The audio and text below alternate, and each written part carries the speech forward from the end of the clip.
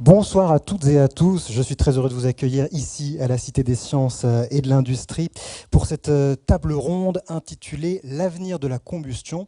Cette table ronde vous est proposée dans le cadre d'une exposition qui se tient actuellement à la Cité des Sciences.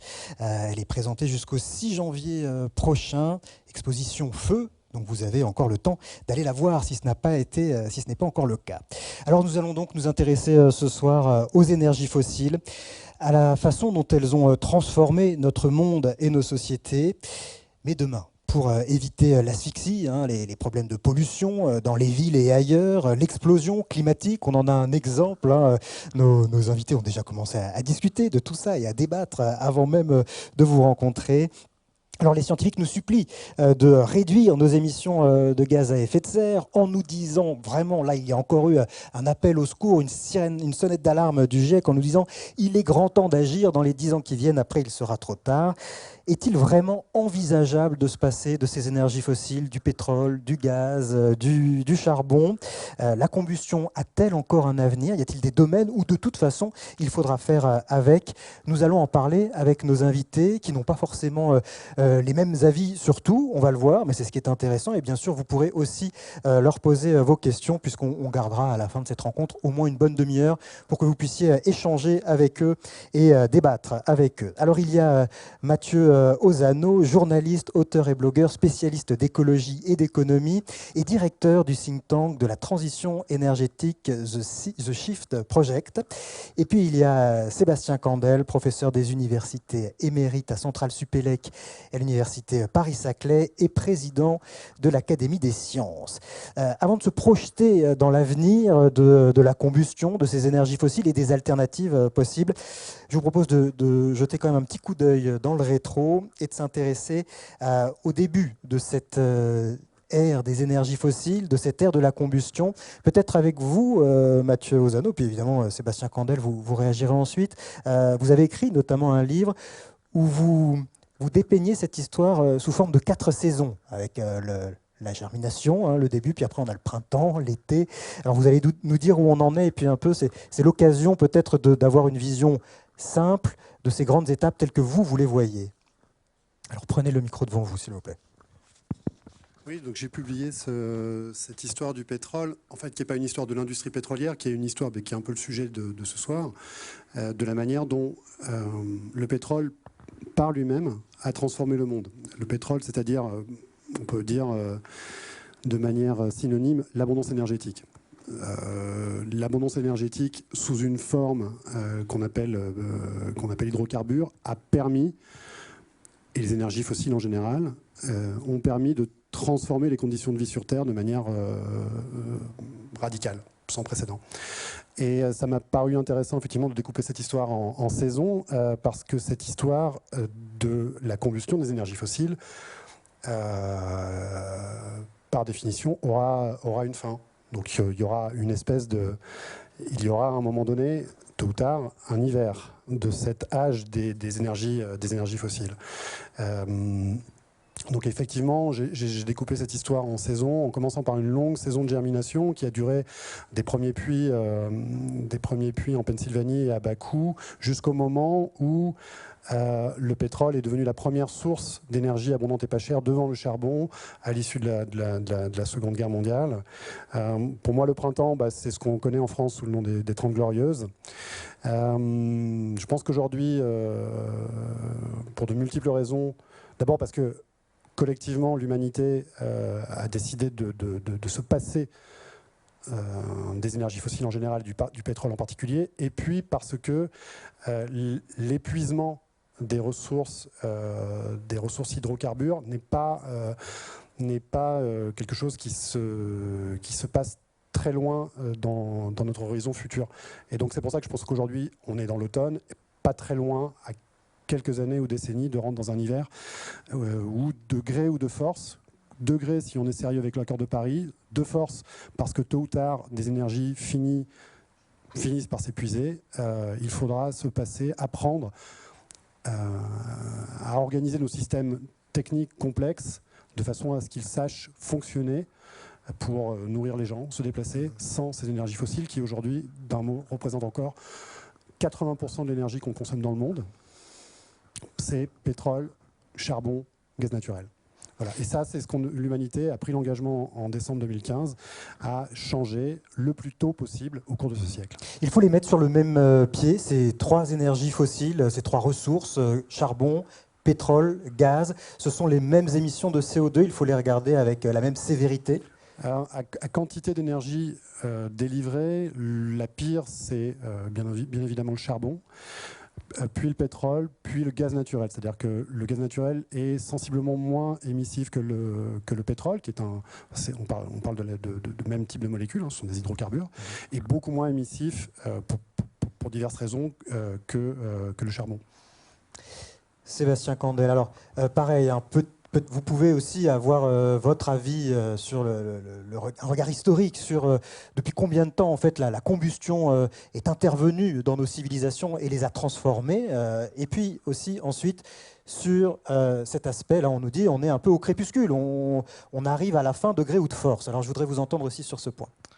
Bien, tout à l'heure, donc, je suis venu pour la conférence qui durait un peu toute la journée, qui était absolument passionnante, où il y avait justement l'histoire de la combustion. Et vous savez que la combustion, c'est la naissance de la civilisation. Sans combustion, il n'y aurait pas la civilisation telle qu'on la connaît.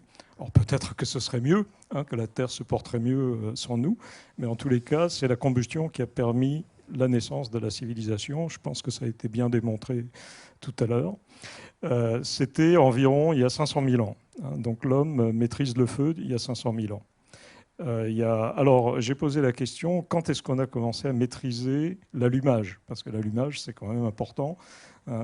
Si vous maîtrisez le feu, mais vous ne savez pas comment allumer, c'est un petit peu gênant. Et ça, c'est entre 100 000 ans et 30 000 ans. Donc il a fallu pas mal de temps pour comprendre cette affaire d'allumage. La science elle-même, alors cette fois-ci, parce que moi je suis scientifique, donc j'ai passé 40 ans à faire de la combustion, à travailler dans le domaine des énergies, et j'ai passé encore une dizaine d'années de plus à faire de la recherche. Donc mon domaine, c'est la recherche, et de la recherche concrète, des choses qui apportent des solutions. On essaye d'apporter des solutions. Ça fait longtemps d'ailleurs qu'on travaille sur tous ces problèmes. C'est pas d'hier qu'on travaille sur les problèmes de pollution, par exemple. Bon, je reviens un petit peu à votre question. Donc la combustion, c'est quelque chose qu'on comprend maintenant, mais la science, c'est à partir de Lavoisier. Non, avant Lavoisier, c'était pas terrible. C'était le phlogiston, c'était des choses très fumeuses. On ne comprenait pas la chimie. C'est Lavoisier, justement, avec des expériences de combustion, qui a compris et qui a posé les bases de la chimie moderne. Donc, grâce à la combustion, vous avez tout ce que vous avez actuellement, toutes ces molécules, ces médicaments, etc. C'est parce qu'au départ, on a compris comment ça se passait, qu'il y avait les atomes et tout ça, les molécules et tout le reste. Voilà. Donc, la combustion, c'est bien plus que simplement, on va brûler quelque chose pour faire fonctionner une voiture.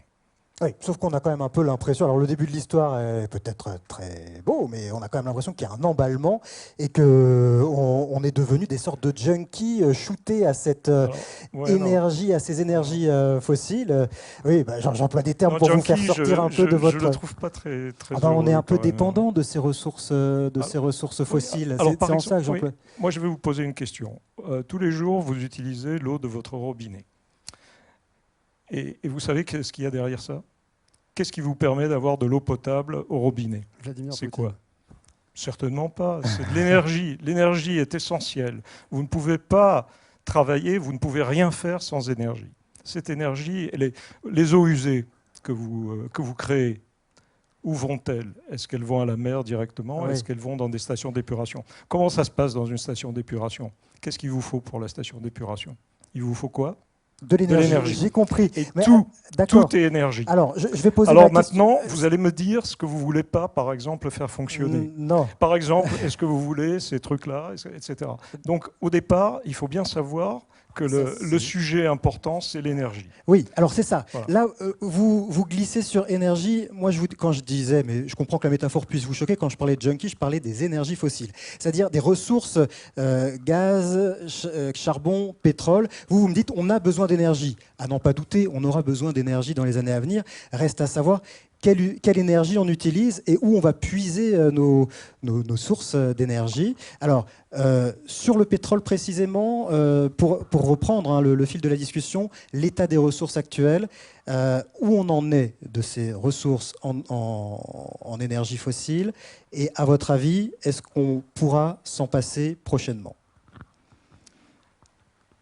Moi, je peux dire quand même une chose sur l'énergie en général. Bon, vous savez aussi que cette énergie est liée à la démographie. On était 1 milliard d'habitants sur Terre en 1900. On est 7,5 milliards. On va être 10 milliards. Mécaniquement, en plus, ces 10 milliards ou ces 7 milliards n'ont pas accès à toute l'énergie. Donc ces gens, vous n'allez pas les garder tels qu'ils sont actuellement. Ils vont vouloir avoir de l'énergie. Ils vont vouloir pouvoir accéder à l'énergie.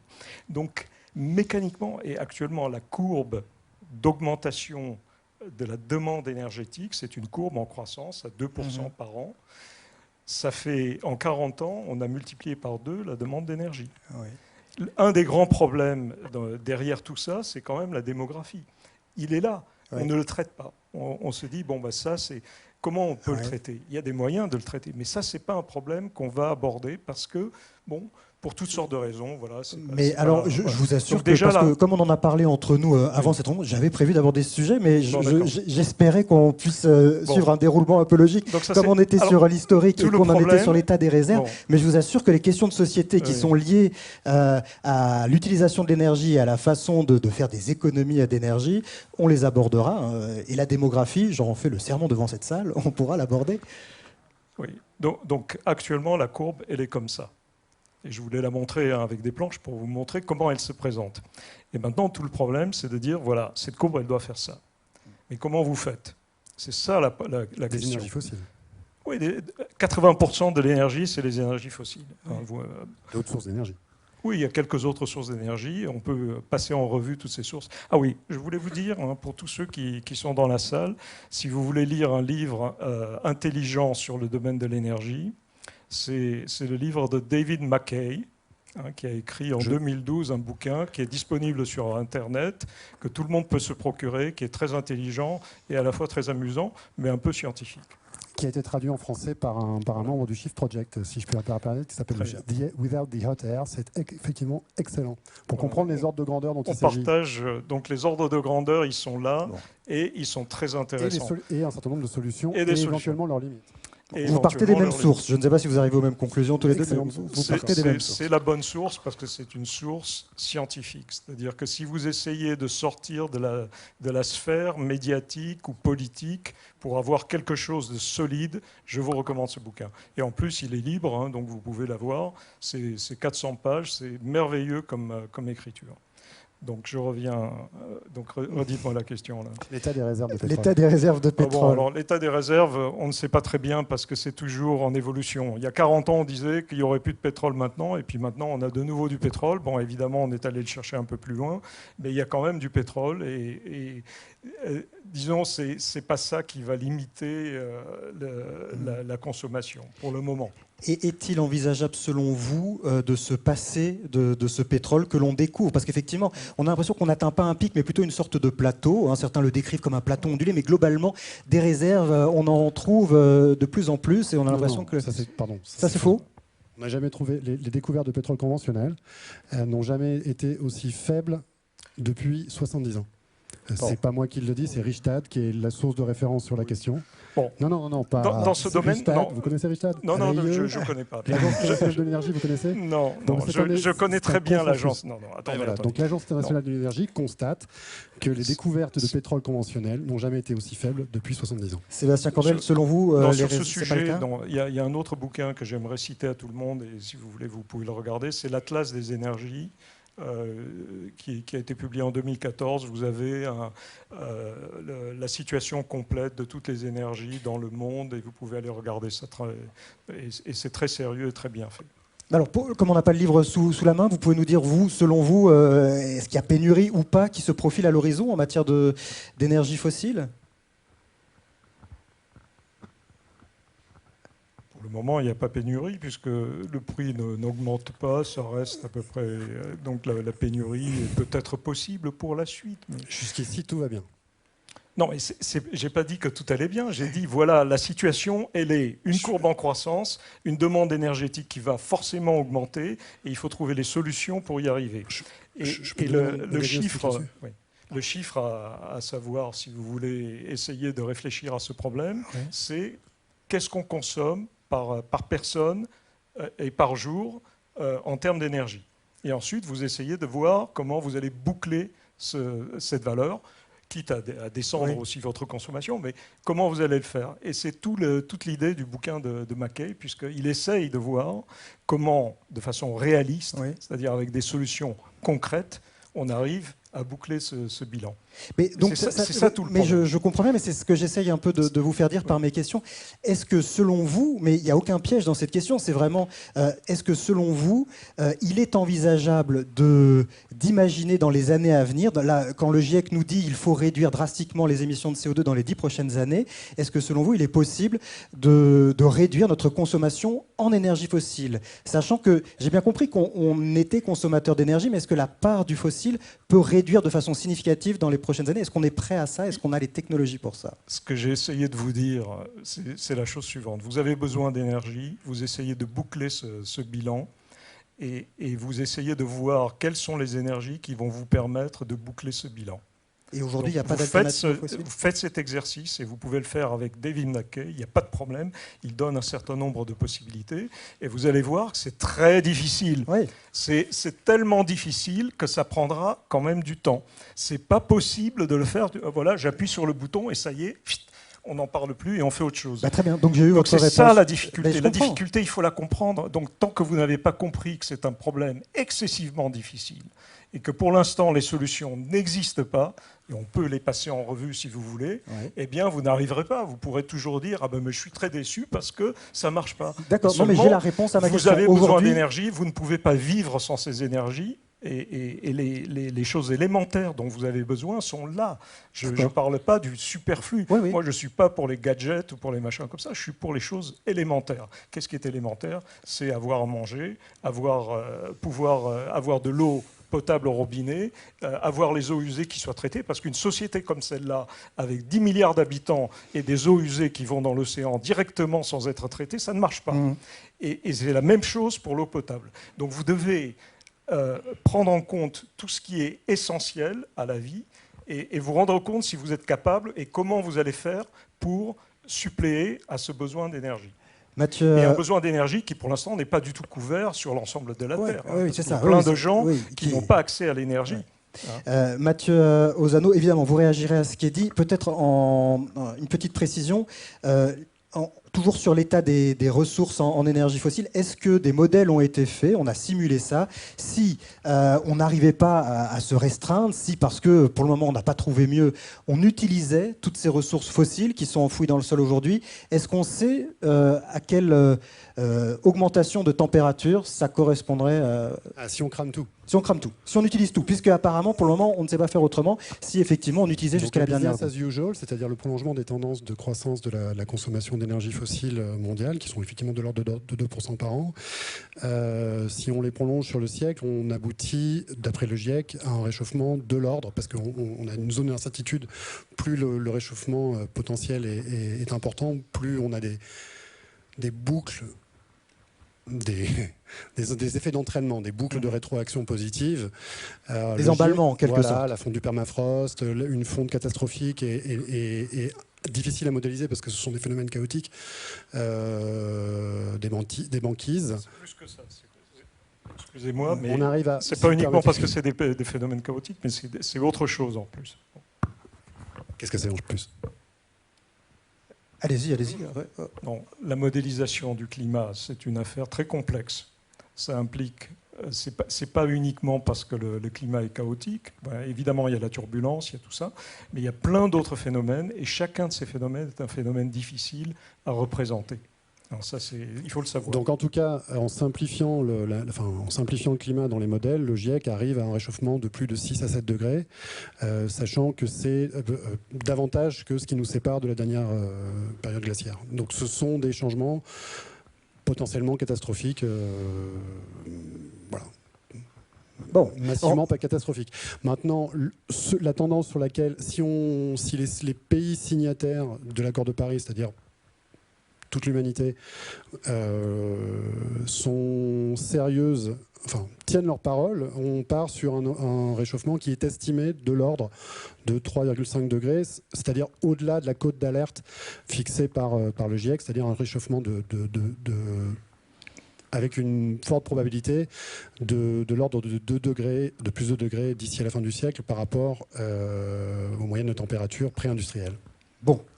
Alors, qu'est-ce qu'on fait avec ça? C'est-à-dire qu'on on voit que les voyants sont au rouge, on voit qu'il est quand même urgent d'agir, et on a le président de l'Académie des sciences qui nous dit « Oui, mais attendez, et j'entends tout à fait, hein, il ne s'agit pas de dire « Yaka », mais simplement imaginer quand même le désarroi dans lequel ça nous met, de nous dire « Mais on n'a pas les moyens de remplacer ces énergies fossiles aujourd'hui. » C'est assez désespérant, en fait, comme constat. Si je puis me permettre.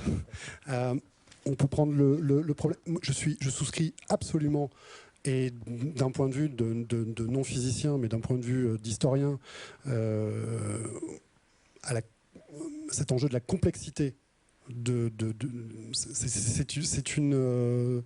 C'est sans doute le premier défi lancé à l'ensemble de l'humanité qui n'a rien d'un mystère. C'est-à-dire que c'est un défi quantifiable, mesurable, et qui est nous sommes là aujourd'hui, debout assis sur du pétrole. Mon eau est dans du pétrole. Les systèmes complexes qui nous permettent de nous déplacer, de manger à notre faim et de nourrir 6 milliards de bonshommes, 7 milliards de bonshommes, sont fondamentalement dépendants de l'abondance énergétique offerte par les énergies fossiles. Donc, cette nécessité vitale de sortir des énergies fossiles pose un problème systémique, non seulement physique, mais politique, sociétal, total. Donc, mais par contre, je souscris pas du tout à l'idée que nous sommes démunis face à cette question. D'abord parce que toutes les sources d'énergie ne sont pas émissives de gaz à effet de serre. Premièrement, et secondement, parce que l'abondance énergétique offerte par les énergies fossiles nous a habitués en une génération, hein, ça fait pas très longtemps qu'on vit, que le commun des mortels vit dans l'abondance énergétique, nous a habitués à un gaspillage extraordinaire d'énergie dont l'intensité de l'éclairage, par exemple, ici, je trouve, est un assez beau symbole. Donc la sobriété, l'efficacité énergétique, technique, et la sobriété de l'organisation des systèmes complexes qui nous permettent de nous déplacer, de manger à notre faim, on a avec ça un certain nombre de leviers. Moi, je suis incapable, c'est mon métier, d'animer cette réflexion avec beaucoup d'ingénieurs au Shift Project, notamment, des ingénieurs, et puis tout un tas de spécialités impliquées dans ces problèmes systémiques. Je suis incapable de vous dire que j'ai la solution pour qu'on respecte l'engagement de l'accord de Paris, qui consiste en pratique à nous passer totalement des énergies fossiles, totalement, en tout cas à ne plus avoir un bilan net d'émissions de CO2, nul, le plus tôt possible dans le siècle, et grosso modo d'ici une génération et demie, d'ici 2050. Par contre, nous avons en main beaucoup de solutions techniques, politiques, sociétales, potentiellement, qui sont capables de faire une grande partie du chemin dans un consensus, en tout cas dans un accord politique plausible, à mon sens. Par exemple, dire que la bagnole de demain, c'est un vélo, ou c'est une bagnole partagée, ou c'est un train, en tout cas, ou c'est une bagnole beaucoup moins puissante, donc moins rapide qu'aujourd'hui. Pour prendre un exemple, il y a des réponses techniques à ça. Peugeot a développé un véhicule hybride à compression d'air qui roule, dont la consommation est estimée à 1,5 2 litres au 100. Si on passe déjà de 7 litres au 100, 6 litres au 100, 8 litres au 100 à 1,5 litres au 100, tu fais déjà une bonne partie du chemin. Si en plus tu te dis que il y a énormément de situations. Le Shift Project a publié l'an dernier un rapport. Le Shift Project a pour vocation, je le présente en 2 mots quand même, parce que voilà, c'est ce que je fais dans la vie, a vocation à tenter de proposer des réponses aux problèmes réputés à la fois décisifs et indémerdables, très difficiles à résoudre, de la transition énergétique. Il y en a un qui est beau, qui est énorme, c'est comment proposer une alternative à la bagnole individuelle, là où elle est réputée indétrônable, c'est-à-dire en grande périphérie urbaine, là où vit la moitié de la population française, et là où le vote extrême, disons, est maximal. Et ben, en fait, si on fait un travail de modélisation sérieux, ce qu'on a fait, on s'aperçoit qu'on peut faire une grande partie du chemin en organisant des systèmes vélos, en favorisant le covoiturage local, tout un tas de réponses un peu techniques, mais surtout d'organisation sociétale,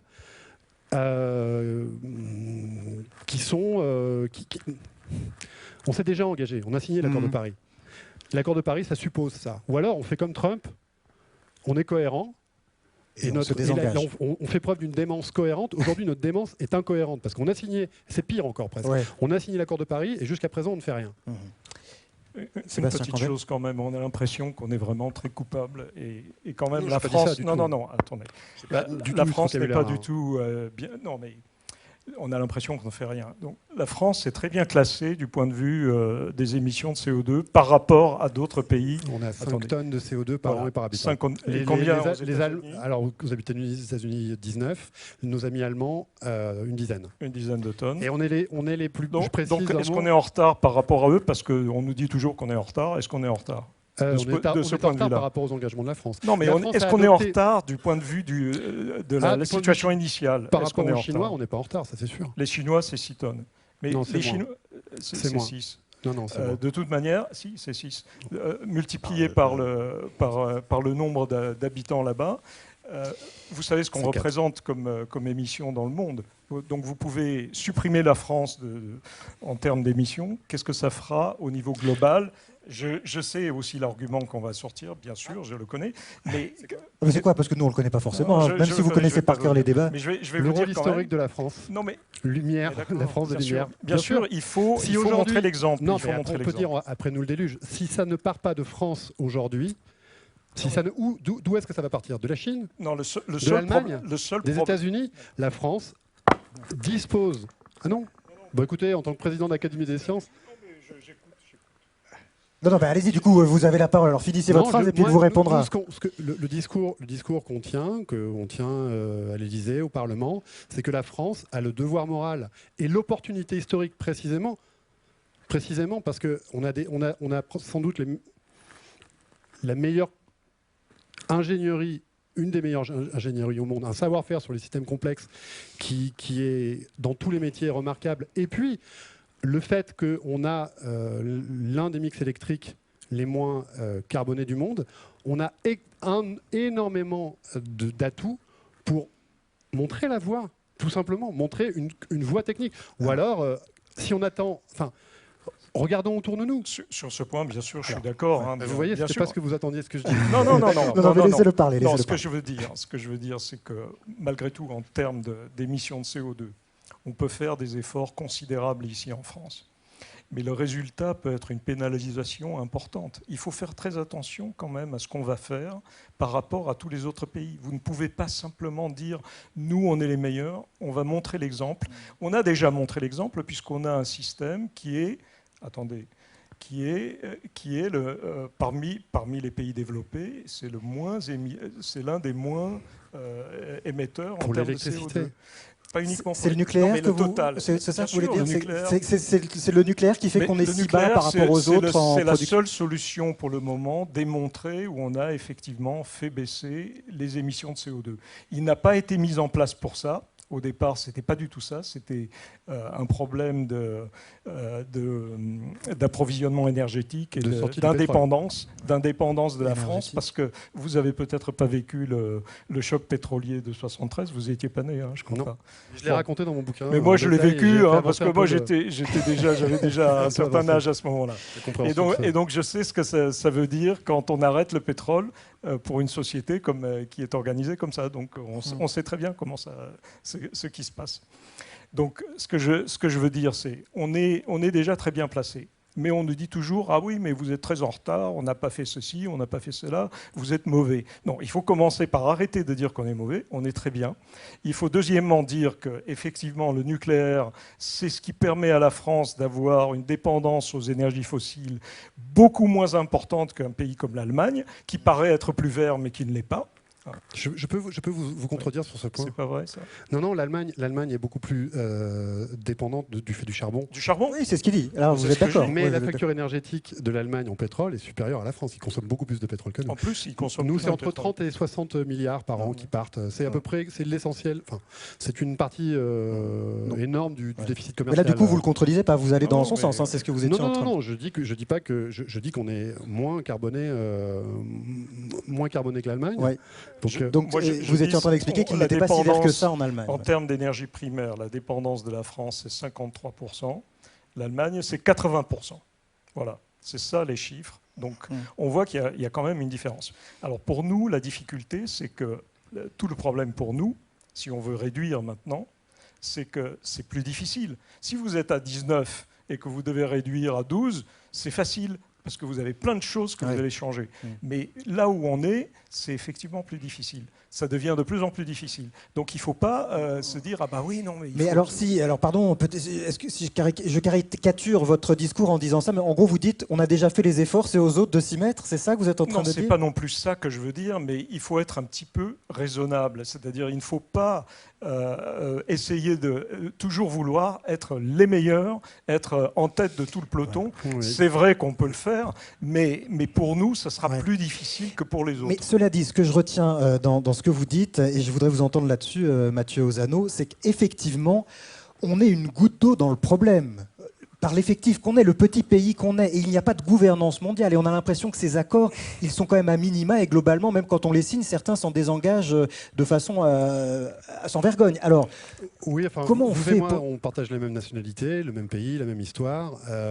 Moi, je pense qu'on a tout ce qu'il faut en France pour montrer que c'est possible de se passer peu ou prou, ou complètement comme on s'y est, comme les Français s'y sont solennellement engagés, tout comme le reste de l'humanité, du reste, se passer d'énergie fossile. Il y a beaucoup de solutions à explorer. C'est un changement, c'est une évolution dans l'histoire technique inévitable.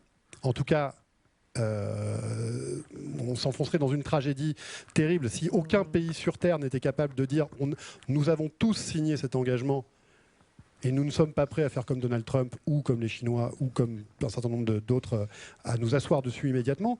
On a un président de la République qui a été élu, qui nous a expliqué qu'on avait la capacité de le faire. Je ne suis pas du tout d'accord sur le fait qu'on est en avance. Sur les transports, on n'est absolument pas plus. On n'a pas plus commencé le chemin que d'autres. Sur l'industrie, sur tous les process industriels pour lesquels on connaît, à part pour le ciment et l'acier, où c'est beaucoup plus compliqué, mais où là encore, il y a des solutions de sobriété qui sont très intéressantes et qui ont une logique architecturale interne. Mais c'est clair que la transition énergétique, ce n'est pas du bricolage. Ça n'est même pas seulement un problème technique, c'est un problème organisationnel, politique, au sens le plus grave du terme, décisif. Et je crois, parce que je suis un petit peu patriote sur les bords, je crois que la France a un rôle historique en tant que pays des Lumières à montrer la voie. Et je pense qu'on a tout pour le faire. Et contrairement à ce que vous suggérez, je pense qu'on aurait tout à y gagner, puisque cette évolution est nécessaire. Le premier pays qui saura faire fonctionner de vastes systèmes complexes sans énergie fossile, aura ce qu'on appelle en économie acquis un avantage concurrentiel historique fondamental, et deux, par construction, sera capable de produire des systèmes complexes plus sobres. Donc pour moi, une économie plus sobre, c'est une économie plus économe et potentiellement plus riche et donc plus robuste. Mais c'est un renversement complet de la logique que vous avez décrite d'ailleurs. actuelle de prolongement des tendances des rythmes de consommation d'énergie. Ça n'est pas possible. C'est pas du tout ce que je dis. Je dis pas qu'on doit prolonger. Je n'ai pas dit que c'est ce que... Je dis il y a des pays qui sont des très grands consommateurs d'énergie, qui envoient du CO2 en quantité très importante parce qu'ils ont des populations importantes. Si ces pays ne font pas d'efforts, on peut faire tous les efforts du monde, montrer toute la bonne volonté, arriver à 0 émission en France, si de l'autre côté, et c'est ce qui va se passer, c'est ça malheureusement. Attendez. Non, oui, laissez-le aller au bout de son raisonnement. Je peux quand même un peu bien sûr. expliquer ça. Si dans ces pays-là, les choses ne vont pas aussi dans le même sens, ça sera peine perdue. Et est-ce qu'il y aura un gain économique? C'est à voir. Il n'est pas sûr que ce qu'on va faire pour essayer de... Peut-être, si le gain économique est là. Disons, si on n'oublie pas l'économie, c'est fondamental. Parce qu'on ne peut pas raisonner sur ces sujets-là sans penser aussi aux enjeux économiques. On ne peut pas. Donc, enjeux économiques, par exemple, Henri Decastre, l'ancien PDG d'AXA, a dit un monde à 4 degrés, c'est un monde qui n'est pas assurable. Oui, d'accord, mais on est d'accord, mais c'est pas ça le problème. Le problème, c'est un problème de survie. Il n'y a pas d'économie dans un monde où l'agriculture, regardez, l'agriculture, ok, on va dire c'est 2% du PIB. Oh, c'est pas très important. Parler aux agriculteurs aujourd'hui, aux céréaliers, de l'impact des dérèglements des régimes de pluie qu'on connaît en France ou au Maghreb. Parler du déclin de la production pétrolière à des Algériens aujourd'hui, parce qu'il n'y a pas que le climat, je voulais le dire, il y a aussi le problème de la déplétion des ressources pétrolières. Enfin, c'est juste une question de survie. Alors on peut se dire que la production pétrolière de la Chine aujourd'hui est en déclin géologique. Okay, ça a quelques conséquences géostratégiques. Leur charbon, leurs ressources de charbon ne sont pas infinies. Il y a beaucoup de pétrogéologues, de géologues spécialistes du charbon en Chine qui voient un problème de capacité à maintenir la production pour compenser le déclin d'un certain nombre de grandes ressources minières et pétrolières en Chine, qui vous disent la fête est finie. Donc la sobriété... On a tiré des chèques en blanc sur l'avenir. Le principe de la croissance de la consommation énergétique consiste à se dire c'est une excellente idée de scier la branche sur laquelle on est assis. Il faut en sortir. C'est juste de la salubrité. C'est juste une question de salubrité historique. Et je crois que notre pays, est capable de montrer la voie. Et je serais très triste qu'on ne tente pas. On n'a même pas tenté aujourd'hui en France. On n'a même pas réuni. On a voté une loi. Le Parlement français a voté une loi sur la transition énergétique pour la croissance verte, qui est, comme tout ce qu'on fait en politique, un compromis à l'instant T entre des gens qui sont d'accord sur rien. Donc ça ne fait pas une stratégie cohérente. On n'a même pas demandé, par exemple, à France Stratégie, de réunir une commission ad hoc capable de dire filière par filière, l'électricité, le bâtiment, les transports, l'agriculture, qu'est-ce qu'on pourrait faire, quelle modalité organisationnelle on pourrait trouver, juste se poser la question. Mais qu'est-ce qu'on fiche ? Franchement, qu'est-ce qu'on fiche? Ça fait maintenant plus de 3 ans qu'on a signé les accords de Paris. Il fait 25 degrés à Paris, mi-octobre. C'est une tragédie. C'est une tragédie. Sébastien Candel. Je ne suis pas le gouvernement, et puis c'est pas moi qui ai fait la loi de transition. Non, mais bien sûr, non, mais il ne s'agit pas du tout de... Et puis, mais là, j'ai l'impression que je défends un truc. C'est pas du tout ça. Ce que je dis, c'est qu'il faut effectivement travailler sur toutes ces choses-là. Nous, ça fait des années qu'on travaille là-dessus. Or, vous allez me démontrer que moi, je suis le fervent teneur de l'augmentation de la consommation énergétique. Pas du tout. J'ai pas du tout dit ça. Ce que je dis, c'est que... Non, mais dites effectivement ce que vous voulez dire. Moi, ce que je fais, tout mon travail, ça a été effectivement d'améliorer les performances, de réduire la pollution, parce qu'on utilise ces systèmes, et je sais ce que ça veut dire. C'est tout. Il n'y a pas qu'une seule solution. Vous avez la solution des grands systèmes complexes, etc., où il faut encore aller regarder derrière ce que vous entendez par là, et qu'est-ce qu'on va économiser. Jacob, ça, c'est une affaire. Notre proposition pour décarboner l'Europe, chez Odile Jacob, c'est un bon livre. J'ai lu des tas de bouquins là-dedans. Ah bon, ne lisez pas celui-là. Non, mais je le lirai peut-être si j'ai le temps. Bon. Je l'offrirai, je l'enverrai. Ouais, très bien. Non, mais le problème, vu cette fois-ci des scientifiques scientifiques, des ingénieurs, c'est qu'effectivement, il faut travailler sur des solutions. Il faut mettre beaucoup de paquets sur les solutions et pas sur simplement, disons, être là en train de dire oui, il faut le faire. Bon. Et les solutions, comment on les élabore? Qu'est-ce qui permet d'arriver à des solutions dans ce domaine? Comment est-ce qu'on fait? Alors allons-y, justement. Là, il nous reste, avant qu'on passe aux questions de la salle, et je suis sûr qu'il y en aura parce que la discussion, je trouve, est très intéressante. Ces solutions, en une douzaine de minutes, déjà je note que aucun des deux, vous n'avez mentionné le renouvelable classique, éolien, solaire. Alors là, on se fait plaisir avec des fausses bonnes idées selon vous. C'est une partie de la solution, ça fait diversion. Qu'est-ce que vous en pensez d'abord, Sébastien Candel? Les énergies renouvelables.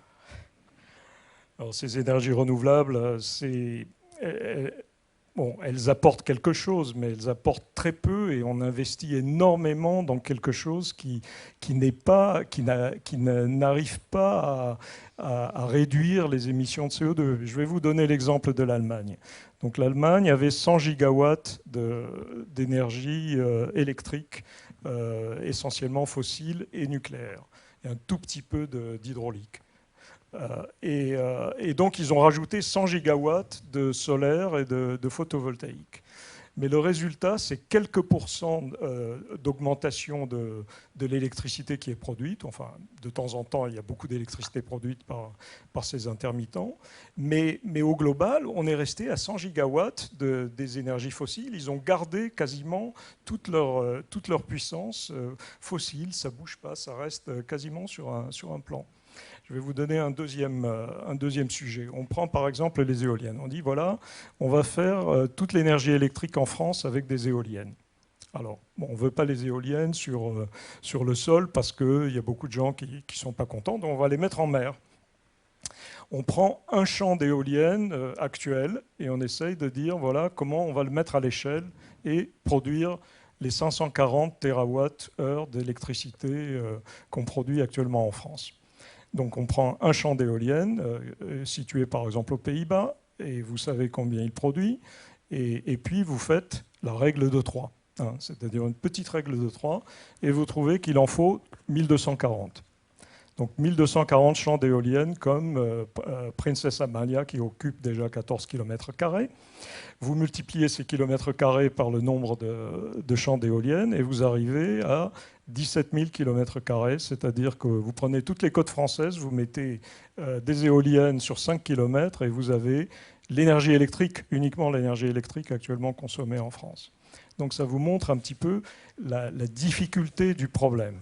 Je ne parle pas du reste, hein, parce qu'il y a bien sûr un problème d'intermittence, il y a des problèmes de mise en place, il y a le coût de toute cette affaire qui est considérable. Donc au niveau économique, ça n'est pas du tout rien. Mais vous voyez un petit peu la difficulté. Et pour le solaire, le solaire, c'est un peu la même chose. Hein. C'est même pire, puisque une bonne partie du temps, le solaire ne produit pas d'électricité. Le facteur photovoltaïque, pardon, si je permets d'un mot. La chaleur solaire, c'est très intéressant. Ça pourrait, voilà. On peut chauffer de l'eau directement avec le soleil. Par contre, régénérer de l'électricité avec des cellules photovoltaïques, c'est compliqué. Le solaire à concentration dans les endroits où le soleil est extrêmement abondant. Par exemple, vous parlez de l'accès à l'énergie en Afrique. Il y a énormément de situations. Le Maroc, par exemple, qui est un pays riche pour un pays africain, a investi beaucoup dans le solaire à concentration. C'est une solution pertinente. En Bavière ou en Scandinavie, moins. Bon, si je comprends bien, là-dessus, vous rejoignez tous les deux sur le fait que le solaire et le photovoltaïque, la solution ne passera pas vraiment par là. Malheureusement, oui. Moi, j'aimerais bien qu'on puisse produire beaucoup d'énergie abondante et pas chère sans qu'il y ait d'impact. Mais le fait est que pour les énergies électriques intermittentes que sont le solaire et l'éolien, il y a beaucoup de problèmes systémiques. Beaucoup de problèmes systémiques qui font que, comme vous le disiez très justement, typiquement, les émissions de l'Allemagne est de très loin le pays le plus émissif et le plus consommateur par régression d'Europe. Les émissions de l'Allemagne n'ont pas diminué du tout depuis l'accident de Fukushima et la décision d'Angela Merkel de fermer le parc électronucléaire allemand. Par contre, il y a des solutions, il y a beaucoup de réponses intéressantes qu'apportent des formes d'énergie renouvelable, mais dont on parle beaucoup moins. Effectivement, la chaleur solaire, dans beaucoup de situations, peut offrir un appoint intéressant. Les pompes à chaleur, Donc là, c'est la géothermie, c'est ça? Alors les pompes à chaleur, c'est de la géothermie. Il faut quand même un flux, d'énergie pour aller chercher cette énergie dans le sol, par exemple, ou même tout simplement dans l'air, dans l'air extérieur.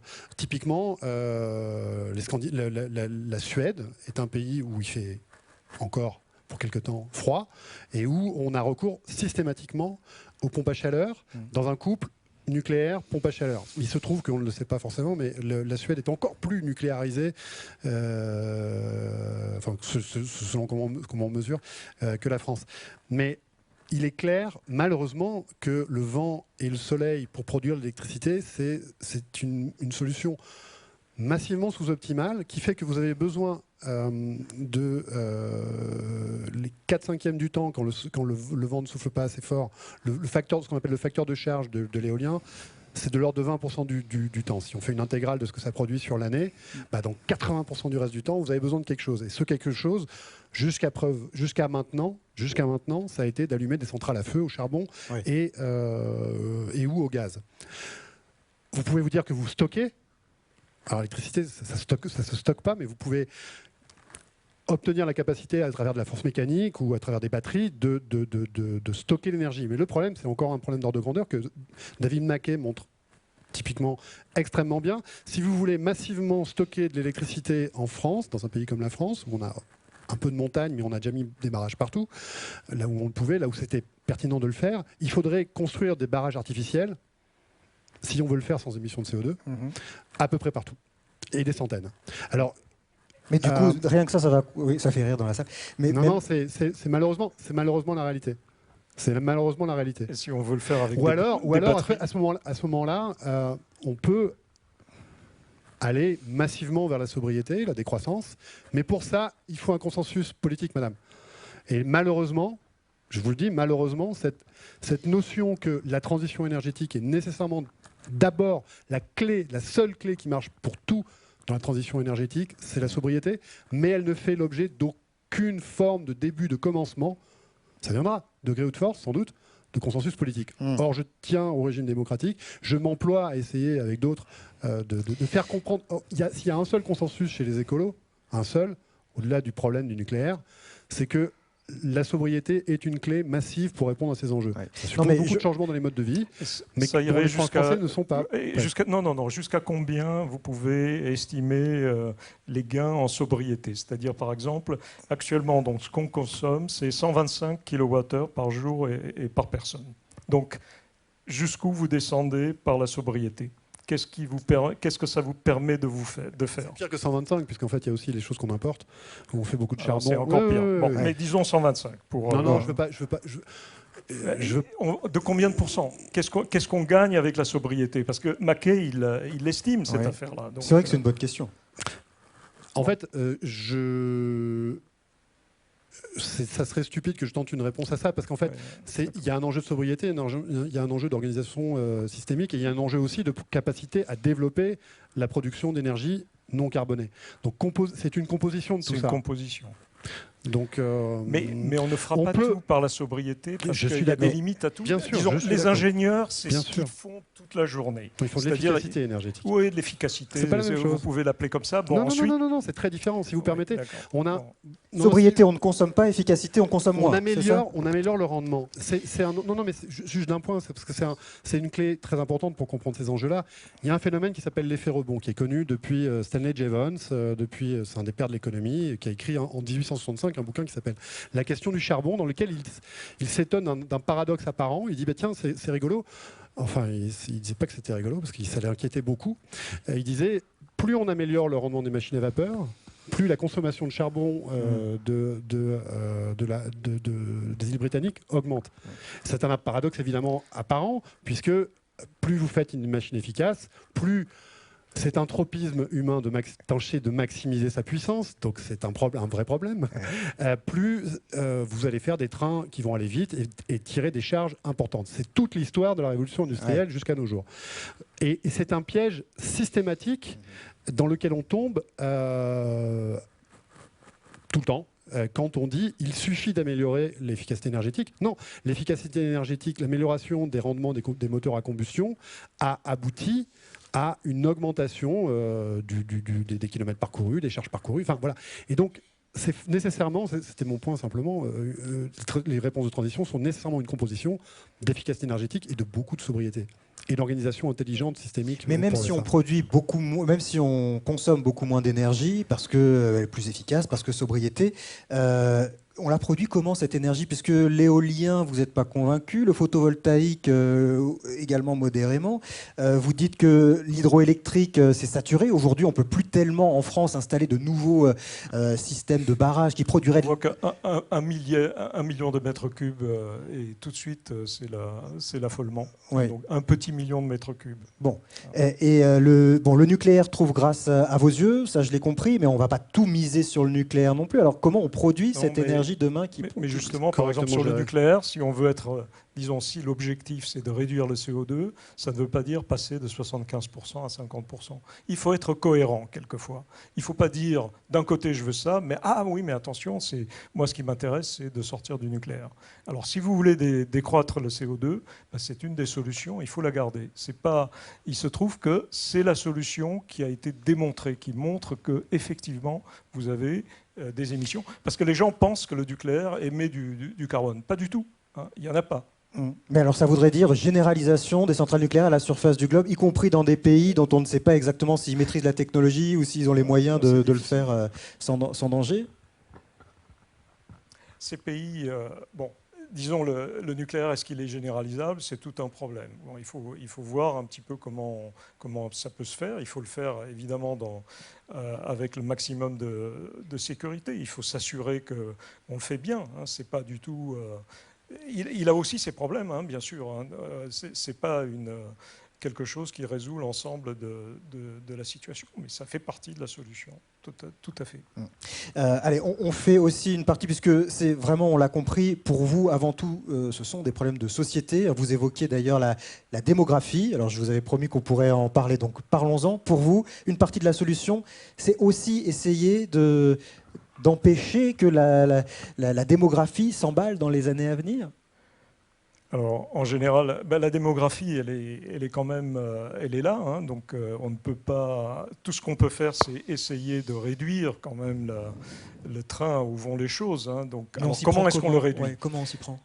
La meilleure chose, c'est l'éducation des femmes. C'est ça qui est le paramètre principal dans cette affaire. Des hommes aussi un petit peu. Oui, des hommes un peu aussi, mais surtout des femmes, pour qu'elles maîtrisent leur maternité. Ça, c'est vraiment fondamental. Alors, c'est très difficile, hein, puisque il faut aller mettre en place, mettre de l'argent là-dedans. Ça fait partie de la solution. Mais on imagine aussi que même si c'était une partie de la solution, le temps de mise en place, l'inertie que ça prend de faire évoluer des mentalités pour peut-être avoir des familles moins nombreuses dans certains pays, ça paraît... On nous dit c'est urgent, il faut avoir réagi d'ici 10 ans, et là, avec des choses comme ça, on a l'impression... Oui, mais avec ce raisonnement, on ne fait rien. Parce que donc, soit on fait des choses comme ça, c'est-à-dire on s'occupe de l'éducation des femmes, notamment en Afrique, dans toutes sortes de pays, soit on ne le fait pas, et à ce moment-là, on laisse les choses continuer, business as usual, comme vous dites. Voilà. C'est un problème qui est extrêmement délicat, les politiques démographiques, puisque en particulier dans les pays qui sont très pauvres en énergie technique, les enfants sont une main-d'œuvre. Les enfants sont des ressources énergétiques. Premier point. Il y en a beaucoup. Hein, c'est un problème que j'aborde avec beaucoup de prudence. Un autre élément à signaler, c'est que dans un pays qui est en contraction économique ou énergétique, en général, la population s'effondre par misère. C'est ce qui s'est passé en URSS, par exemple, ou en Corée du Nord, dans les années 90. Mais c'est certain que l'une des pires nouvelles pour le climat et la transition énergétique, ça a été quelques temps d'ailleurs, quelques mois avant la signature de l'accord de Paris, la décision de la Chine de mettre définitivement un terme à sa politique de l'enfant unique. C'est sûr que plus on est nombreux, plus le problème est complexe. Ça, c'est certain. Mais c'est très difficile de jouer sur ce levier-là. C'est extrêmement difficile. Évidemment, le planning familial, bien sûr, une transition démographique qui permet...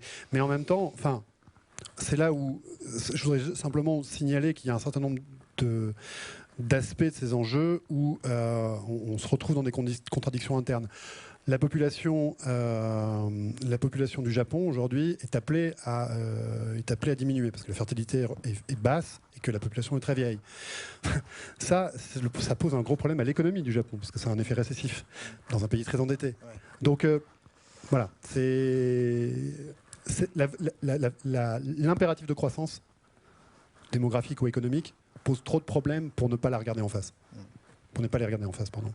Et puis c'est aussi, c'est-à-dire que ça pose aussi un problème philosophique ou éthique. C'est-à-dire que nous, notre pays, on a envie d'aller dire à d'autres pays comment ils devraient faire chez eux pour que ça règle le problème. Comme ça, on n'a pas à faire les efforts, nous. C'est pas ça non plus. Hein. Ce qu'on dit, c'est essayer de faire un gros effort sur l'éducation, et notamment l'éducation des femmes. Ça fera pas de mal, de toute manière. C'est quelque chose de positif. Hein. Faire de l'éducation, essayer de faire un grand programme dans ce domaine, c'est important. Alors, on peut ne pas le faire, on peut se dire, bon, bah, tant pis, hein, on les laisse.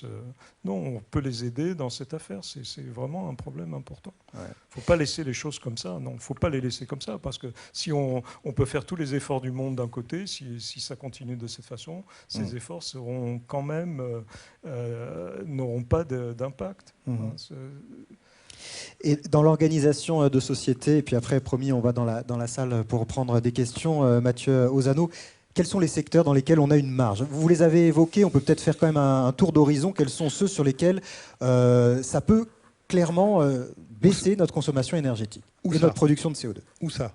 En France, en Europe, dans le monde? Ah ben alors, en France, j'imagine que vous êtes avant tout penché sur le cas de la France. La France et l'Europe, puisque, comme je disais, voilà, pendant la présidentielle, on a publié qu'on a fait un truc qu'on a fait signer par... auquel la plupart des candidats à la présidentielle ont apporté un soutien. On a publié 9 propositions pour décarboner l'Europe. Voilà. On a dit, à grosse maille, déjà, les premières marches, voilà, ça serait ça. La première marche, c'est évidemment, alors c'est pas tellement un problème pour la France, ça serait qu'il n'y ait plus de se débrouiller pour fermer toutes les centrales au charbon en Europe. C'est un problème qui est essentiellement un problème allemand, polonais, tchèque. Voilà. Bah, se débrouiller, ça veut dire que, d'après votre raisonnement, ça veut dire que les Allemands se remettent au nucléaire. Se débrouiller. Ils vont faire quoi pour produire leur... ils peuvent essayer autrement. C'est-à-dire? Ils peuvent essayer autrement. Je sais pas. Je suis pas allemand. Je sais pas. Ils essayent. Là aujourd'hui, ils ont. Ça, c'est pas une réponse. Allez-y. Non, mais monsieur, vous avez déjà répondu. Non, c'est du point. Alors, si on regarde l'ordre de grandeur des périls encourus par un accident nucléaire versus un dérèglement climatique pour des siècles et des siècles, il n'y a pas photo. Il n'y a pas photo. Je pense que le nucléaire, c'est une partie de la réponse, mais c'est clairement difficile de se dire que c'est absolument pas une réponse. Donc je pense qu'effectivement, les Allemands se sont un petit peu empressés. Alors on peut trouver des systèmes d'organisation, on peut imaginer un consensus politique qui ferait que on vivrait vraiment autrement. Mais il faudrait, pour pas être à 125 kWh par personne, il faudrait vraiment vivre autrement. Ça, à quel niveau? Voilà. Mais c'est sûr que si on regarde sérieusement d'abord le problème du climat et le problème, j'insiste, je n'ai pas développé, mais c'est un vrai enjeu du déclin des ressources fossiles, et en particulier du pétrole, c'est sûr que la première chose à faire quand on a du nucléaire, c'est sans doute pas de fermer les centrales. Est-ce qu'il faut en mettre là où il n'y en a pas? Ça, c'est une autre question. Mais je signale par exemple qu'aujourd'hui, tout le monde dit que le nucléaire est en récession partout dans le monde. Il y a un endroit où on en fabrique beaucoup et où on a des besoins d'énergie croissants, c'est la Chine. La Chine est en train de construire le premier parc nucléaire du monde. Ils veulent construire un parc 2 fois plus important que le parc américain. Bon. Ça, c'est un élément. Mais je veux surtout pas... dès qu'on parle de transition énergétique, le nucléaire absorbe un peu tout le débat. Non, parce que vous avez commencé par les centrales à charbon en Allemagne, donc c'est difficile de ne pas revenir au nucléaire. Le truc, c'est que c'est un gros morceau du chemin à faire, quoi. Fermer les centrales au charbon, c'est quand même un très gros morceau dans l'équation. Ensuite, il y a des transformations systémiques profondes, mais qui sont déjà en gestation dans la société et pour lesquelles on a toutes les réponses techniques dans les systèmes de transport. Et puis, il y a l'enjeu de moins consommer pour se chauffer chez soi l'hiver, tant qu'il fait froid l'hiver. Parce que ça se trouve, Engie fait de très mauvaises affaires en ce moment. Là. Mois d'octobre, 25 degrés. Vladimir Poutine ne vend pas ils se beaucoup de rattraperont gaz. avec, pour l'électricité, ils se rattraperont avec les clims pendant l'été. Et ils se rattraperont aussi pour gérer l'intermittence du solaire et de l'éolien si on en fait beaucoup. Voilà. Donc voilà. Non, blague à part. D'ailleurs, c'était pas une blague du reste. Le bâtiment, les transports, l'industrie. On a des réponses techniques, je pense, à peu près pour... On est tout à fait d'accord là-dessus. Hein. C'est Ouais. tout ça. Il faut travailler justement sur la demande. Il faut réduire la demande. Il faut pas travailler tout le temps. On est coincé sur cette affaire d'énergie renouvelable électrique. C'est pas là le problème. Le problème, c'est effectivement travailler sur tous les éléments qui composent la demande et réduire la demande, améliorer les choses à chaque endroit. C'est ça. Et on a des choses sur lesquelles... C'est vrai que c'est une clé. C'est intéressant de voir qu'il y a aussi, malheureusement, des aspects techniques qui sont quasiment... Enfin, où les solutions sont très difficiles à envisager. Typiquement, dans un système où la consommation de matière, les flux de matière restent les mêmes. Faire de l'acier ou faire du ciment sans générer beaucoup de CO2, c'est possible. Mais c'est beaucoup plus cher. Donc ça veut dire Donc qu'il mécaniquement, il faut en faire moins. Il faut apprendre à se passer de l'acier et du ciment, enfin, ou en tout cas à en utiliser moins. Il faut raisonner un peu en anglo-saxon là. Nous les Français, on a tendance à vouloir toujours la solution absolue systématiquement. C'est intéressant de regarder un peu les premières marches. C'est ce que fait David Mackay par exemple. Décidément, c'est le héros posthume, puisque malheureusement, David est décédé il y a en 2011. Mais là, en l'occurrence, ça veut dire quoi alors sur le ciment et l'acier? Vous voulez une réponse anglo-saxonne, ça veut dire quoi? Ça veut dire qu'il faut être pragmatique. On peut... de toute façon, on est en contraction sur les flux physiques en Europe depuis la crise de 2008. On n'est pas revenu au niveau de construction de près 2008, on n'est pas revenu au flux de camions près 2008, on peut se dire tant mieux, mais en tout cas, on est dans une situation aujourd'hui, c'est pour ça que je pense qu'on est à l'automne du monde des énergies fossiles, on est dans une situation où il n'est pas du tout évident que le business as usual soit simplement possible, pour des raisons physiques, pour des raisons matérielles, de limite des ressources matérielles. Et typiquement, on a des réponses systémiques. L'étalement urbain, c'est généré par l'abondance énergétique, n'est certainement pas une réponse. Donc peut-être qu'on peut s'organiser pour rénover l'habitat qu'on a là sur une population qui en France croît guère ou pourrait ne plus croître si on envisageait des réponses démographiques. Alors le problème c'est que l'Afrique est en train de... L'Afrique est promise à 4 milliards d'habitants. À exploser. Bon, l'Aquarius n'a pas droit à battre pavillon français. Mais à un moment donné, on peut bloquer quelques dizaines de milliers de migrants, pour une bonne part migrants climatiques. On pourrait parler de la Syrie. La Syrie, aujourd'hui, est un cas d'école d'une crise écologique totale. On pourrait revenir dessus. Si on croit ce que nous racontent les experts du GIEC, on va avoir beaucoup de migration. Il y a beaucoup de gens qui vont vouloir quitter l'Afrique pour venir en Europe.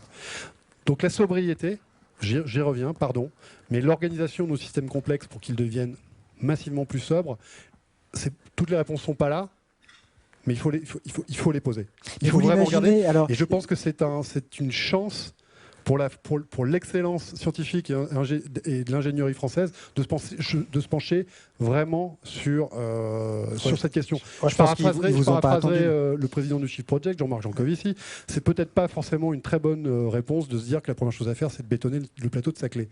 On pourrait faire de l'agroforesterie sur le plateau de Saclay, ça serait intéressant. Alors, vous ne le relancez pas sur des sujets précis comme ça. Je suis pas d'accord. Bon, nous, on est sur le plateau de Saclay, justement, mais je ne suis pas d'accord sur une chose, c'est-à-dire une des clés des solutions, et dont on n'a pas du tout parlé, et qui est fondamentale, c'est de faire de la recherche. Parce qu'avec les solutions d'aujourd'hui, vous n'y arriverez pas. Donc, par exemple, celle que vous proposez, de l'approche systémique, d'essayer de mieux urbaniser, tout ça, ça passe effectivement par des études très très profondes. Hein. Ça n'est pas quelque chose de simple à mettre en place, c'est quelque chose de compliqué. Hein. C'est la gestion de grands réseaux. Voilà. Mais il n'y a pas que ça. Il y a de la recherche à faire tout azimut et des recherches très importantes pour améliorer et pour essayer de trouver. Hein, et on le fait. Quoi. Donc, alors, soit on investit dans cette recherche, ça ne coûte pas cher. C'est les recherches, c'est beaucoup moins cher qu'acheter 121 milliards de subventions pour avoir des énergies intermittentes un petit peu partout. Voilà. Et ça, et là, c'est un investissement bien plus important. Ouais. Alors, ça on coûte peut pas espérer. cher, ça dépend. Si on parle d'ITER, par exemple, ça peut coûter... Rapporter à la richesse nationale. C'est tout petit, ITER, et puis c'est partagé entre plusieurs nations. Ouais. ITER, c'est un projet de... On ne sait pas si on y arrivera, c'est un projet de fusion nucléaire. Ce serait l'énergie, si ça marche, c'est un peu le miracle. C'est compliqué. Non, c'est pas le miracle. Même si on l'a maîtrisé, c'est pas le miracle. C'est-à-dire qu'une installation de fusion telle qu'on l'imagine, il n'y a pas de raison qu'elle produise massivement plus qu'une centrale à... C'est-à-dire que vous voyez... Oui, mais ça ne fait pas de CO2. Ça n'émettrait pas de CO2 et ça ne fait pas de déchets radioactifs. Non plus. Et les déchets radioactifs sont recyclables. Oui, donc ce serait quand même... mais non, après... ça c'est le long terme. De toute manière, on n'est pas sûr que ça marche du tout. Si ITER fonctionne, il y a encore beaucoup d'étapes à réaliser pour arriver à exploiter ce type d'énergie. Mais on peut dire, ah oui, non, mais c'est trop cher, on n'en fait pas. Non, c'est pas comme ça qu'il faut prendre le problème. Il faut au contraire investir. Et où est-ce qu'il faut investir? Alors, notamment en recherche. Juste un mot. Cher monsieur, en fait, je suis absolument d'accord avec vous. Simplement, au Shift Project, on s'oblige à regarder avec technologie actuelle, tout simplement parce que on ne peut pas attendre une génération. C'est ça. Sinon, ça revient un peu à dire ils arriveront à faire ce qu'on n'a pas réussi à faire demain. Si on agit juste d'un mot, parce qu'il faut avoir cet ordre de grandeur, si on est sérieux avec les objectifs de l'accord de Paris, il faudrait que les émissions mondiales, ça n'arrivera pas, je vous le dis tout de suite malheureusement, les évolutions politiques, pas pour des raisons techniques, mais les évolutions politiques font que ça n'arrivera pas, il faudrait que les émissions mondiales de CO2 décroissent maintenant de 5% par an, et, corollaire, si on attend 10 ans, c'est 10% par an. Donc c'est une vue de l'esprit.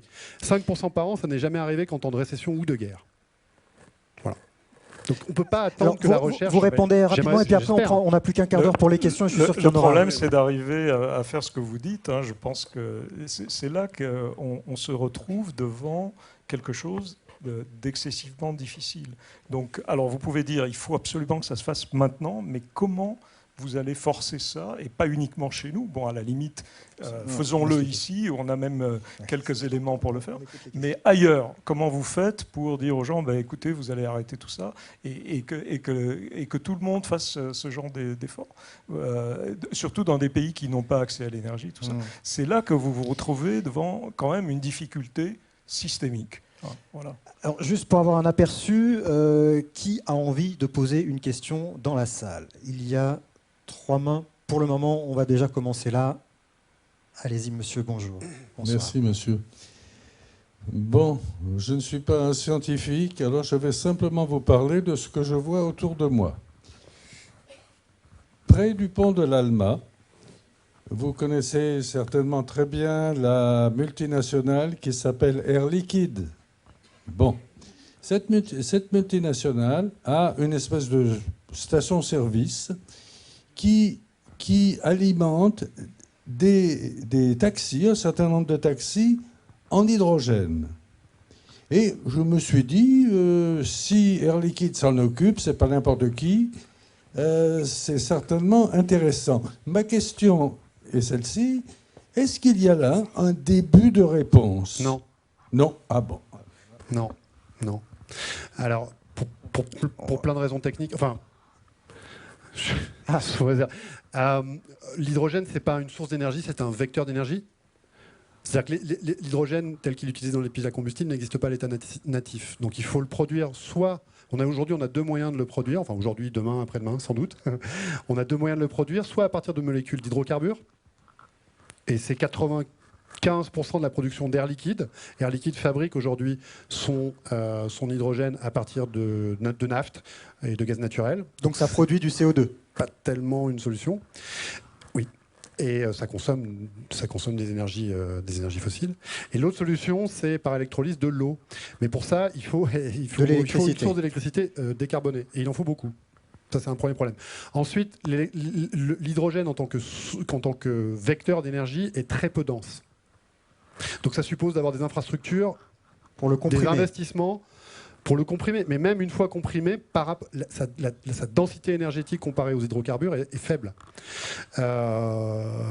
Bon, après, il paraît que sa dangerosité n'est pas un réel problème. Sauf qu'on n'a plus de très bons soudeurs en France depuis qu'on a arrêté de construire des centrales nucléaires ou qu'on en construit quasiment plus, ou depuis qu'on n'a plus d'industrie en France. Mon beau-père est un soudeur hors pair qu'on s'arrachait dans les années 80. Il n'y a plus d'industrie en France. Ce métier-là, bon, voilà, c'est dangereux un peu l'hydrogène. Parce que ça Mais il explose. paraît que c'est même pas un problème. Le problème, c'est l'échelle des infrastructures de stockage et de gestion des flux que ça suppose. Donc c'est une solution. C'est un peu comme l'avion solaire, vous savez, de Solar Impulse. Picard.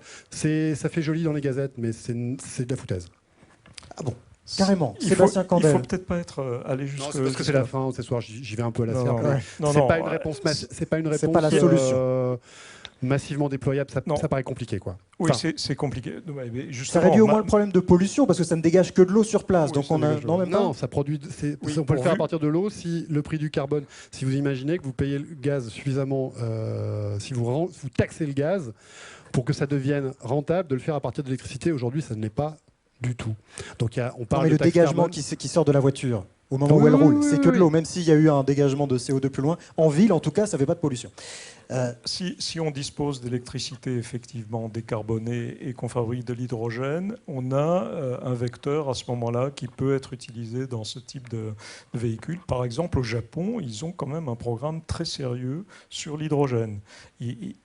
Tout au moins, c'est ce que nous a raconté il n'y a pas si longtemps, il y a 3 jours ou 4, Shinzo Abe. Donc c'est pas du tout quelque chose. Il faut quand même réfléchir à 2 fois.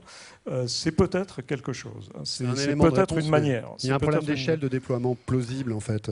Alors évidemment, on démarre de rien du tout, quoi. Il y a très peu d'endroits où on peut mettre de l'hydrogène dans son véhicule. Mais c'est une question. C'est un élément intéressant parce que là, vous avez une réponse technique.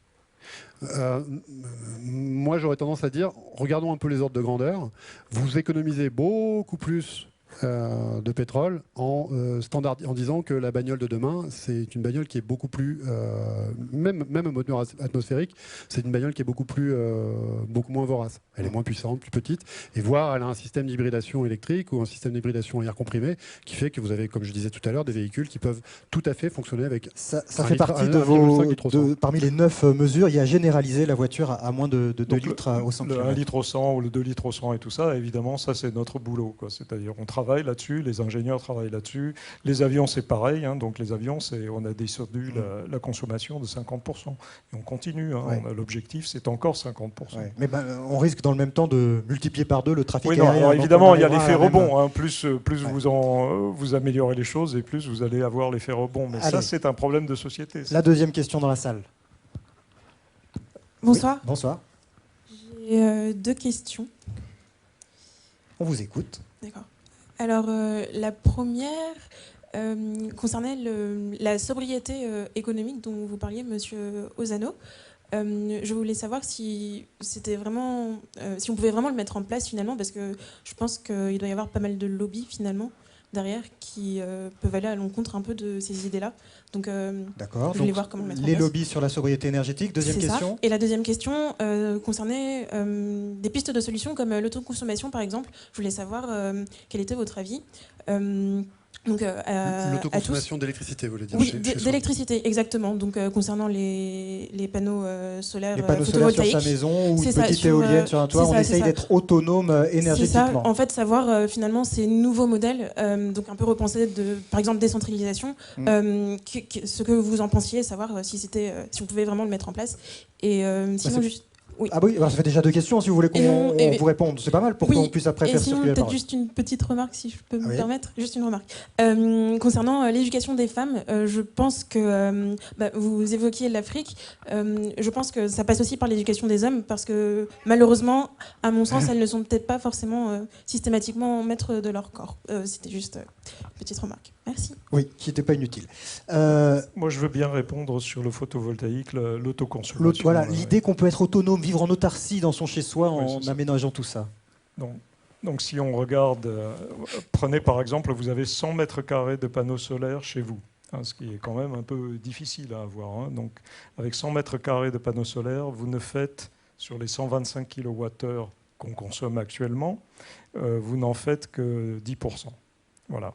Donc vous devriez avoir 1000 mètres carrés, alors effectivement, vous arriveriez à faire un peu toute l'énergie. Alors vous allez dire, oui, mais moi, je ne consomme pas tout ça. Mais vous dépendez de toute une société qui est là et vous ne pouvez pas dire, ah oui, mais moi, je vais me retirer dans mon petit coin, mais profiter de tout ce qui arrive par ailleurs. Donc c'est illusoire. C'est une alors. petite partie de la solution, mais ça ne peut pas être la manière de faire. Vous ne pouvez pas dire, je vais consommer tout ce que je peux individuellement, mais lorsque j'ai besoin du réseau, hop, je me branche. Parce que le service du réseau, il est formidable. Il vous apporte de l'énergie tout le temps. Donc vous pouvez pas simplement vous abstraire quand ça vous arrange et puis vous dire, ah bah maintenant, je me mets et je me branche. Il y a un autre point là-dessus, si je peux rajouter rapidement. La fabrication des panneaux solaires.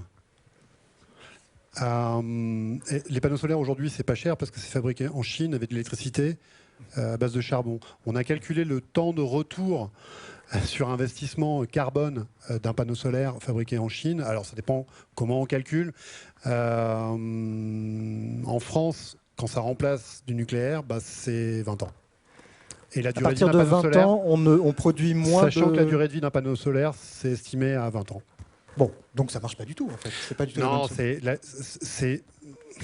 c'est une réponse sous-optimale, comme disent les ingénieurs. C'est sans doute une réponse sous-optimale. La première question... Sur les très lobbies, intéressante. c'était intéressant ça. Est-ce que vous avez l'impression que ça freine? J'ai répondu en partie. C'est un sujet politique majeur dont les médias devraient se saisir parce que c'est juste une question de survie pour nos sociétés. Il y a des lobbies dans un sens. Moi, je dirige un lobby qui est financé par des méchants industriels pas beaux qui puent, mais qui... Qui sont les industriels pas beaux qui puent qui vous financent? Qui voudraient... qui conçoivent qu'ils peuvent faire de la transition énergétique un avantage stratégique. Alors, il y a quelques boîtes assez anciennes, françaises, assez majeures, Saint-Gobain, EDF. On a un fabricant danois de panneaux d'isolation, une boîte qui s'appelle Rockwool. Content de voir comment vous parlez d'eux. On a un cimentier. Ce cimentier, il fait partie. C'est un outsider en France, il s'appelle Vicat, et il développe des technos. Il a un pôle de R&D très développé qui cherche à développer des bétons qui sont beaucoup moins émissifs que ceux de la concurrence. Donc il se dit, chouette, allez-y, mettez-moi une contrainte, moi je vais manger mes concurrents. Il y a beaucoup, si vous voulez, il ne faut pas faire d'angélisme, et puis moi, je suis pas un capitaliste enragé, c'est le moins qu'on puisse dire, mais on vit dans le monde dans lequel on vit. Il se trouve que dans les rapports de force politiques et économiques, il y a aussi des acteurs économiques qui se disent « Allez-y, collez-nous une contrainte, moi je vais écraser mes concurrents ». Nous, on fait un travail de lobbying auprès du Parlement. On est reçu par la droite, la gauche, le milieu, le bas, le haut. C'est une conversation qui débute avec 20 ans de retard parce qu'on n'a aucune chance de contenir le réchauffement climatique en deçà des 2 degrés parce qu'on a pris 20 ans de retard depuis Kyoto. À l'époque de Kyoto, c'était possible. Si notamment les politiques, les médias, enfin les gens qui ont la parole avaient fait preuve de conséquence et non pas d'inconséquence. Aujourd'hui, on va vers des catastrophes. J'en suis absolument convaincu. Mais ça ne vous empêche pas d'agir. À la fois, il y a un côté désespéré et en même temps optimiste parce que vous y allez. Non, je suis très pessimiste, mais par contre, je suis volontariste. Je n'ai pas du tout envie de me résoudre à une catastrophe qui arrivera de toute façon parce que les énergies fossiles sont en train de détraquer notre climat et qu'elles sont épuisables. Et qu'on s'est beaucoup battu lorsque le pétrole était abondant, pour le pétrole. Je vous rappelle simplement, pour parler d'un problème éminemment politique, la guerre, notre 21e siècle, aura commencé par une guerre du pétrole si on considère les mobiles de l'invasion de l'Irak et qu'on dégage les mobiles factices de cette guerre. On s'aperçoit que les États-Unis, qui sont la puissance du pétrole par excellence, ont tâché, depuis que leur production de pétrole conventionnel est entrée en déclin, pour des raisons géologiques, en 1970, ont tâché de contrôler, autant que faire possible, par tout un tas de turpitudes et de manœuvres et de guerres, le centre de l'échiquier énergétique mondial, qui est le Golfe arabo-persique. Donc c'est un enjeu politique.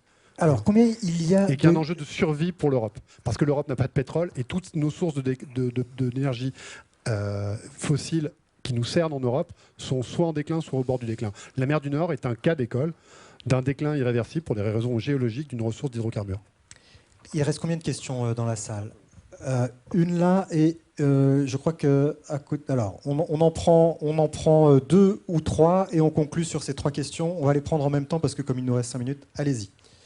Bonsoir. Tout à l'heure, vous parlez que depuis les accords de Paris, il n'y avait absolument rien qui avait été fait. Et je voulais savoir en fait ce que vous pensez sur le fait que, par exemple, la fonte des glaces dans l'Arctique soit un bénéfice commercial pour de nombreux pays et de nombreux industriels. Je voulais savoir ce que vous pensiez par rapport à ça. Est-ce qu'au final, c'est pas une volonté de ne rien faire? Alors, ça rejoint un peu la question des lobbies, mais on va les prendre les 3 à la fois, et puis ensuite, vous ferez votre marché. Il y en a une devant. Je crois qu'il n'y en a pas une derrière, finalement. On a... Alors, juste derrière vous. J'avais juste une remarque pour les panneaux solaires. C'est pas 20 ans de vie. Enfin, après, ça continue à produire. Mais sinon, ma question, c'était sur les centrales à Rendement charbon. maximum, il y a des baisses de rendement après. Hein, estimé. Enfin, on ne sait pas, en fait, mais pour les récents. Et je voulais rebondir sur les centrales à charbon. Je ne me suis pas du tout renseigné, mais est-ce qu'il n'y a pas des recherches qui ont été faites pour optimiser les centrales à charbon pour pas qu'elles polluent, pour qu'elles polluent moins? Alors, c'est vrai qu'on pourrait capter le COD. On prend la dernière question là, et puis ensuite vous choisirez, vous répartirez les questions en fonction de ce qui vous intéresse.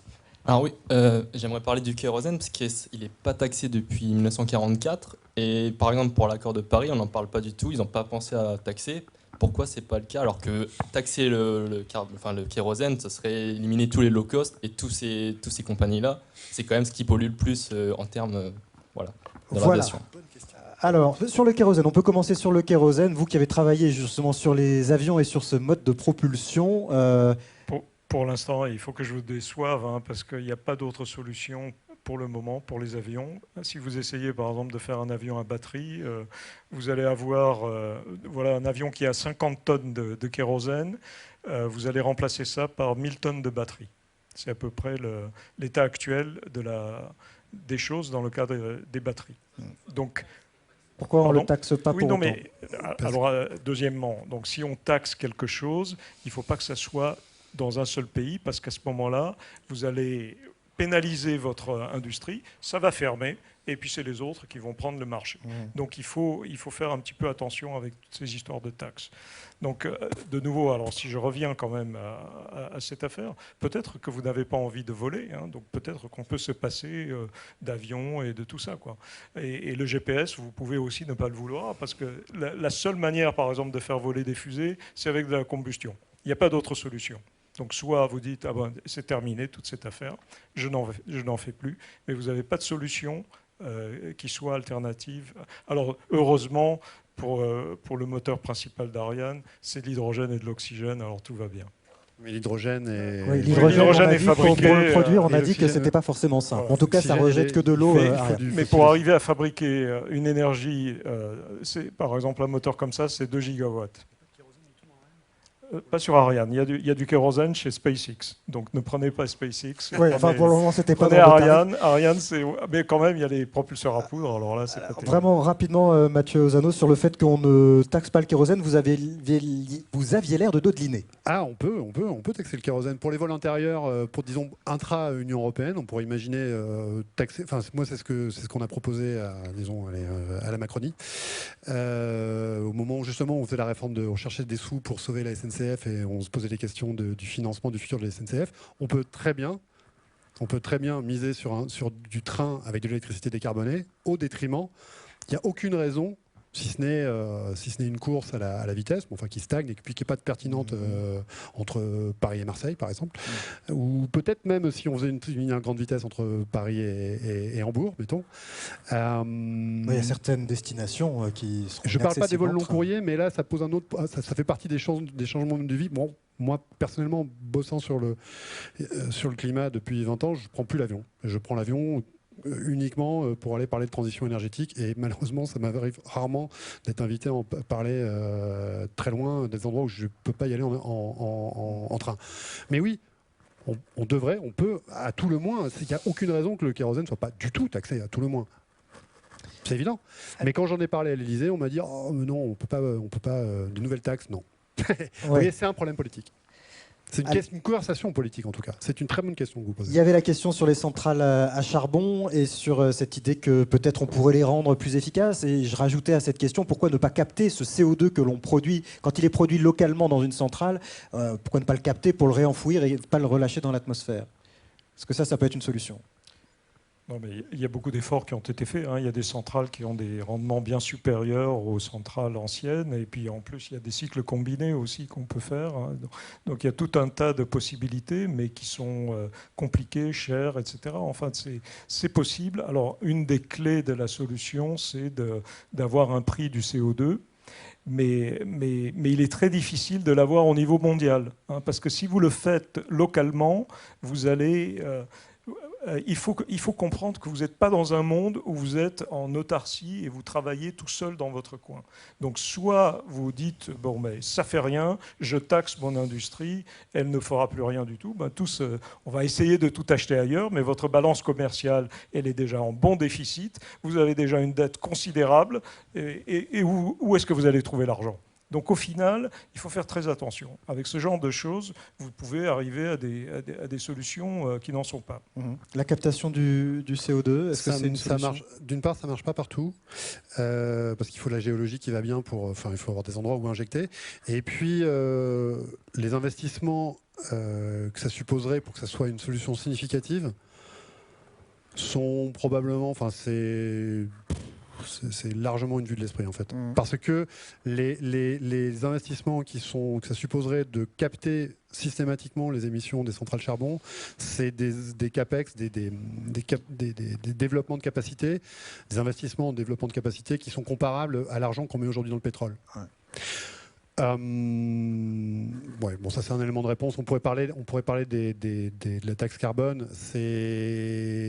La taxe carbone, c'est un outil que je pense qu'on pourrait tout à fait développer en Europe, mais c'est un outil qui ne peut pas fonctionner sans contrepartie, sans modalité. Si aujourd'hui, regardez, il y a une taxe carbone sur les carburants aujourd'hui en France, qui va augmenter. Le jour où le litre d'essence, c'est pas moi qui le dis, c'est l'ancien PDG de Total, le jour où le litre d'essence arrivera à 2 € le litre, vous aurez des problèmes politiques, des problèmes économiques. Si on continue à faire ce qu'on fait, c'est-à-dire qu'on ne démarre pas une conversation démocratique sur quelles alternatives. Comment est-ce que je peux continuer à me déplacer autant que de besoin, avec beaucoup moins de consommation de carburants fossiles. Allez, on conclut parce qu'on déborde. Dans votre conclusion, oui, bien sûr, ça c'est prévu. Dans votre conclusion, vous allez avoir 1 minute chacun et ce sera l'occasion de répondre à cette question. Pourquoi finalement, quand on prend des engagements, on ne les tient pas? Et je voulais ajouter à cette question, pour la conclusion que vous allez formuler, est-ce que vous pourriez, parce que évidemment il faut aussi que nous on se pose la question, il faut qu'on arrête de paniquer et puis de reporter la faute sur l'autre, qu'est-ce que nous on est prêt à faire? Alors j'aimerais que vous nous disiez, qu'est-ce qu'il faudrait qu'on soit prêt à changer aujourd'hui dans nos comportements, dans nos habitudes, pour qu'on commence à avoir un début de solution, qu'on s'implique un peu dans cette histoire. Alors il y a pourquoi les accords de Paris on ne les tient pas, et nous qu'est-ce qu'on doit changer? Allez-y, dans l'ordre que vous voulez. Vous voulez commencer? Sébastien Candel. Donc, moi, mon message, véritablement, c'est pas de se dire les solutions sont là, chacun vous apporte des solutions et puis voilà, ça y est, tout est bouclé. C'est pas ça. C'est de comprendre la difficulté du problème dans un premier temps, de se rendre compte que c'est un problème particulièrement difficile et d'y réfléchir. Et comment réfléchir à ce problème? C'est pas simplement en écoutant la politique et un truc comme ça, voilà, où on vous donne des solutions disons comme à la demande, voilà, vous avez vos solutions. Non. Il faut réfléchir, il faut prendre ça d'une façon très raisonnable, il faut se demander ce qu'on peut faire et il faut regarder les choses en face. Il ne faut pas les regarder en disant d'accord, tout est résolu, il n'y a plus de problème. Non, il y a des problèmes, c'est très difficile, ça va être très difficile. Alors effectivement, ça demande un effort partout et évidemment, un des grands sujets, c'est de faire de la recherche, c'est fondamental. Si on n'en fait pas, on n'aura pas les solutions de l'avenir. Les solutions d'aujourd'hui, ce n'est pas les solutions qui vont prévaloir dans la suite. Bon, vous avez répondu à aucune de mes deux questions, hein, ni sur l'accord de Paris, ni sur les sacrifices. En gros, vous dites qu'il faut Non, réfléchir mais et bien aborder le sûr, problème mais calmement. on Bon. adhère à tout ça, on est d'accord sur tout ça, on sait qu'il y a une urgence, on sait qu'il faut faire ça. Mais ensuite, il faut trouver des solutions. Donc il faut travailler sur les solutions, évidemment. C'est ça le problème. Toute la question, c'est de bosser dessus, quoi. Ok, Mathieu. Moi, Ozano. je souscris à 100% à ce que vient de me dire, ce que vient de dire Monsieur Candel. Il n'y a que la rationalité.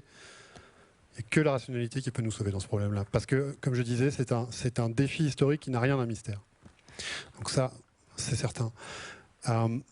Pour moi, ce raisonnement aussi rationnel qu'on est capable de mener dans le réseau dans lequel je travaille conduit à voir que les solutions techniques n'épuisent pas, loin s'en faut, le sujet, et que c'est un problème d'organisation sociétale, politique, pour lequel la conversation doit démarrer.